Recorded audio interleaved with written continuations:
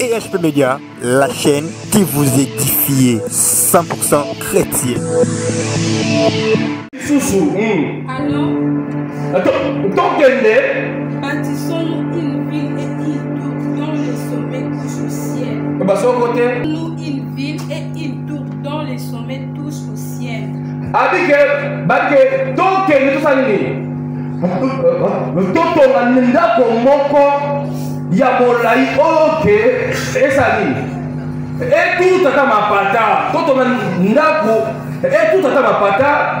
Et faisons-nous un nom. Oui. Afin que nous ne soyons pas dispersés sur la face de la terre.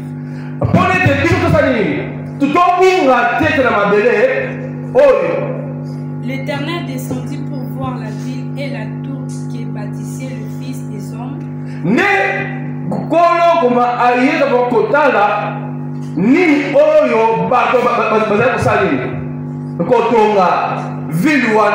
Oui. Et l'Éternel dit,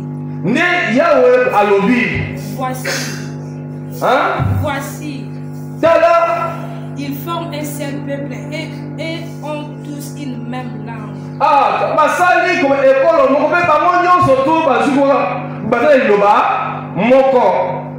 Et c'est là ce qu'ils ont entrepris. Maintenant, rien ne les empêcherait de faire tout ce qu'ils auraient projeté.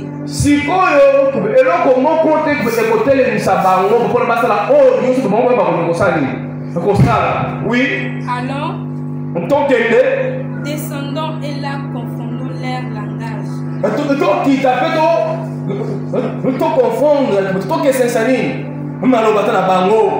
Afin qu'ils n'attendent plus la langue. Oui. Les uns les autres. Et l'Éternel les dispersa loin de là sur la face de toute la terre.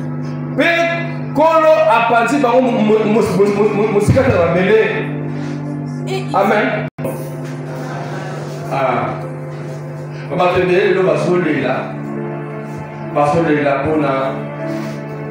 Langage d'homme. Or, dans la vie,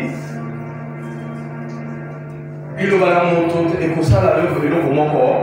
Il y a un moto et ça n'est si qu'à œuvre de pour ça, du coup, le malade. Ni au moko, ni au moto sous la grosse année. Donc, on peut ça. Je vais bien te dire mon kit, parce que je vais te dire mon corps. Parce que je vais te dire mon corps. Et de quoi ça va mon bongo? Je veux que tu vas faire Bayokani, c'est comme tu vas ton ville. Amen, amen. Va ton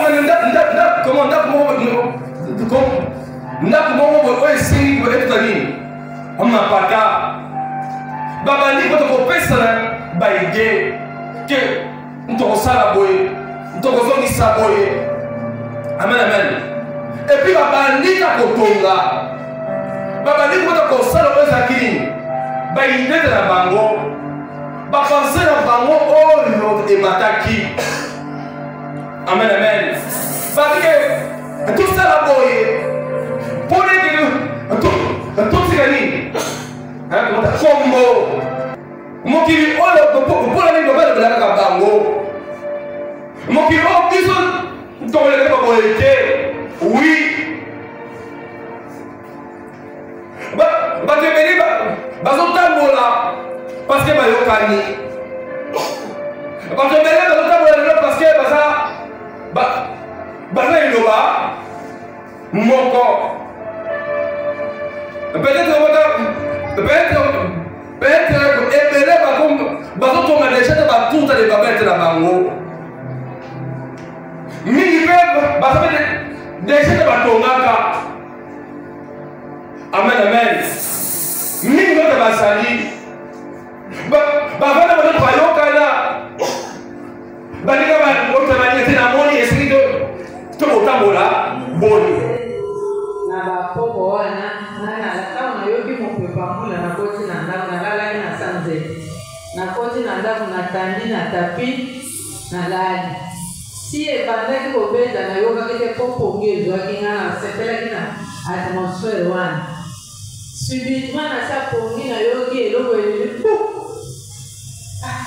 na situki na famille soka bia eza antenne ya télévision moto ekweli moyena bima mbula makasi eza te mina oba kolala te nake nsima nake kokuta nzete ya paki eyeti epa na nga ekwei na mie antuka nzamba protege ngai po nzete wana soki ekweyaka juste place nalalelaki eza na fante moko na ndako soki ekweyaka place wana nayebi te oyo nalingana zala me nzambe nga protege nga eke kokweya na point.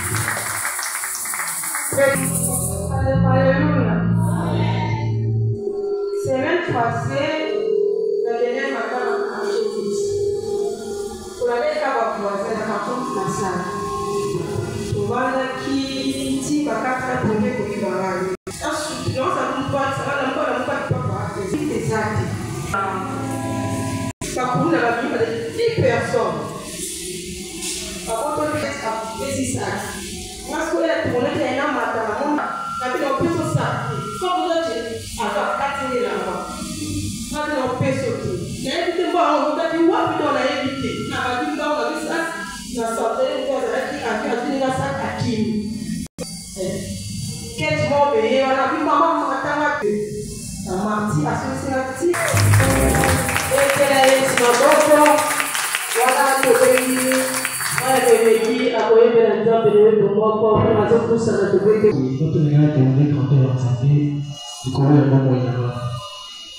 et des connaissances à Boulogne. Parce que c'est un moment très difficile.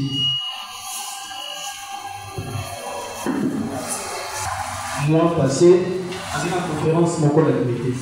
Et causant la route à Poilo, dans sa accident.